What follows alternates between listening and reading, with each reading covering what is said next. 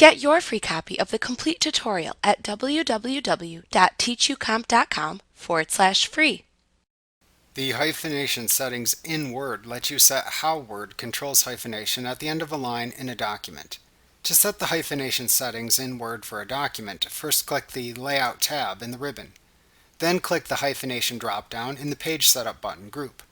Within the hyphenation buttons drop-down menu, you can choose None to disable hyphenation, Automatic to let Word hyphenate your documents automatically, or choose Manual to manually hyphenate words.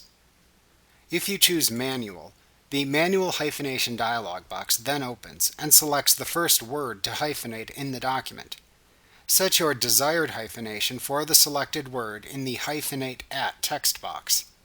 Then click the Yes button to hyphenate the selected word. Word then continues through your document, selecting words at the ends of lines that may need to be hyphenated. If needed, you can click the No button to skip the hyphenation of a word and move to the next.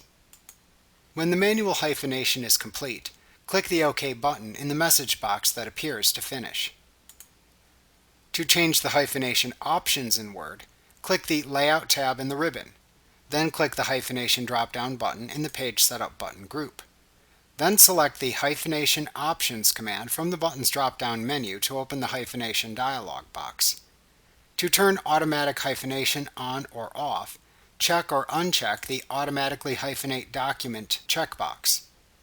To enable or disable automatic hyphenating of words that are all fully capitalized, check or uncheck the Hyphenate Words in Caps checkbox.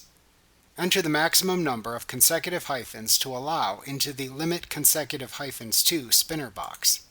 For older format Word documents created in compatibility mode, you can also set the maximum amount of space to allow between a word and the right margin by entering that value into the Hyphenation Zone spinner box.